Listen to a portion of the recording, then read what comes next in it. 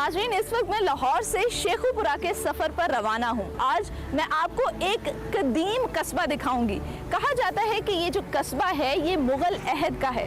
ना सिर्फ ये बल्कि वहाँ पर मुग़ल अहद की एक मस्जिद, बाउली, कारवान सराय और वारिस शाह का मज़ार भी मौजूद है। तो चलते हैं वहाँ पर और इन तारीखी जगहों के बारे में वहाँ के इलाका मकीनों से कुछ बात करते हैं।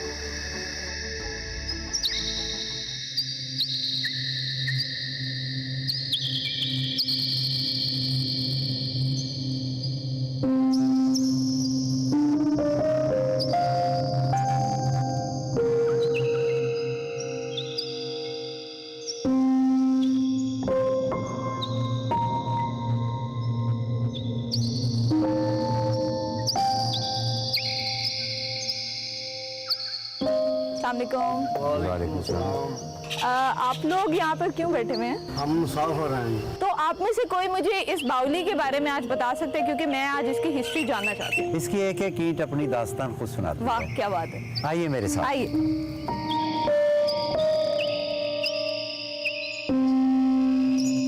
जंडियाला शेर खान बेसिकली इस कस्बे पे अभी हम मौजूद हैं। इस कस्बे के बारे में मुझे बताएं, ये कस्बा बना कब था और ये शेर खान जो है ये कौन था जिसके नाम पे ये कस्बा है? शेर खान अकबरी अहद में एक शख्स था जो यहाँ आकर आबाद हुआ। ये सन था 1542। अच्छा। जब यहाँ के एक रहने वाले बुजुर्ग सैयद गजनवी की हदायत पर शेर खान ने इस बाउली की तामीर की थी। अच्छा, ये बाउली जो है ये बेसिकली क्या होती है? ये सीढ़ियाँ नीचे उतरिए, ये सीढ़ियाँ आपको बताएंगी। ये सीढ़ियाँ नीचे कुएं की तरफ जा रही हैं। अच्छा, नीचे कुआं है? जी। जिस कुएं के अंदर से सीढ़ियाँ गुजरती हों, जिस कुएं के अंदर सीढ़ियाँ उतरती हों, हाँ। उसे बाउली कहते हैं। अरे वाह। और यही बुनियादी फर्क है कुएं और बाउली में। कुएं और बाउली में। माजी की तरफ जाएं तो कभी मुगल शहजादों के घोड़े यहाँ प्यास अपनी बुझाते थे और कभी हाथी यहाँ से नीचे उतरते थे। क्या खूबसूरत दौर होगा वो।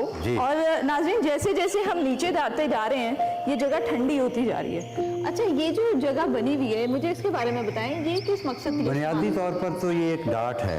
ये उस ज़माने के आर्किटेक्चर के पॉइंट ऑफ व्यू से ये बनाया गया था ताकि ये बिल्डिंग मजबूत बने। तो उस ज़माने में यहाँ पे खद्दाम लोग और मुसाफिर बैठते थे और अपनी महफिल वो आबाद करते थे। अच्छा, कुएं के पास मैं पहुँच गई हूँ, लेकिन कुएं में पानी तो मौजूद ही नहीं है। पानी तो कब का खुश्क हो चुका है। अच्छा। लेकिन इसके दरो दीवार इसकी अजमत की दास्तान बयान कर रहे हैं। कभी ये बाउली आबाद थी। अच्छा, इसको बनाने का क्या मकसद होगा उस दौर में? मकसद तो ये था कि ये बाउली इर्द गिर्द के जो खेत खलियान और बागात हैं उनको सैराब कर सके। तो अभी आप हमें कहाँ लेकर जाएंगे? मैं आपको ऊपर लेके चलता हूँ। अच्छा, कारवान सराय दिखाता हूँ जहाँ पड़ाव करते थे कुछ काफिले आकर। आइए मेरे साथ, ऊपर चलिए।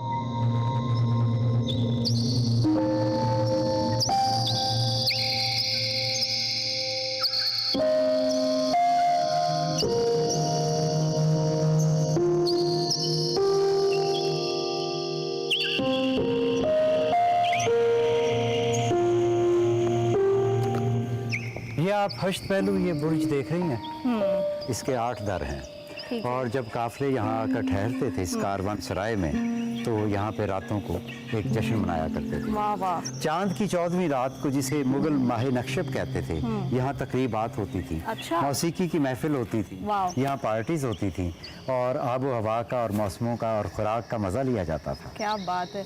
अच्छा, ये जो सराय हैं इनको बनाने का कोई और भी खास मकसद था?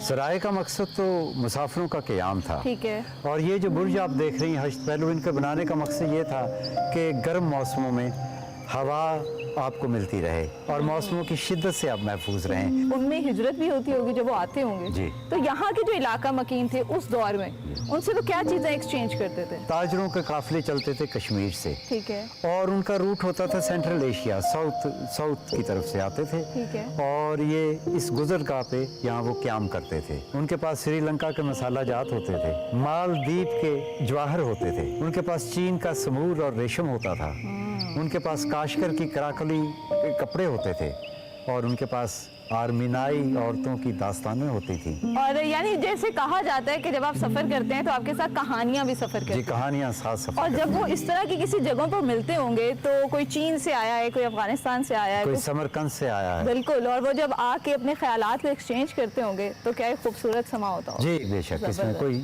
शक नहीं है। अच्छा सर, मैंने सुना है कि यहाँ पर वारिस शाह साहब का मज़ार भी है। आए मेरे साथ। वो आप देख रही हैं वो दरख्त, उस झुंड के पार वहाँ पीर वारिस शाह सो रहा है अपनी अबदी नींद। जंडियाला शेर खान से जब वारिस शाह माइग्रेट करके मलका हांस गया तो उसकी ज़िंदगी में एक औरत आई जिसका नाम भागभरी था, और उससे उसके इश्क का आगाज़ हुआ और उसने अपने उस मिजाजी इश्क को इश्क हकीकी में तब्दील कर दिया। ये भागभरी का इश्क था, ये उसकी मोहब्बत थी कि वारिस शाह से ये किस्सा मंजूम करवाया गया, और ऐसा मंजूम किया कि उसने हीर को अमर कर दिया। मुकबल की दमूदर की हीर उसके आगे गहना गई, और आज जब भी हीर का तज़किरा होता है तो वारिस शाह के हवाले से होता है। आज जब भी रांझे को याद किया जाता है तो वारिस शाह के नाम से याद किया जाता है। ये वो पीर है जो माओं को बच्चे नहीं देता लेकिन मोहब्बत करने वालों को ज़िंदगी देता है। वड्डी उम्र ते बहुत औलाद वाला हो जैसा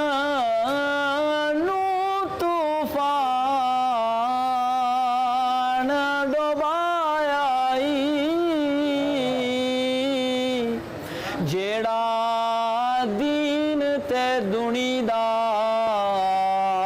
बादशाह सी हो, ओ भी खाक दे विच समाया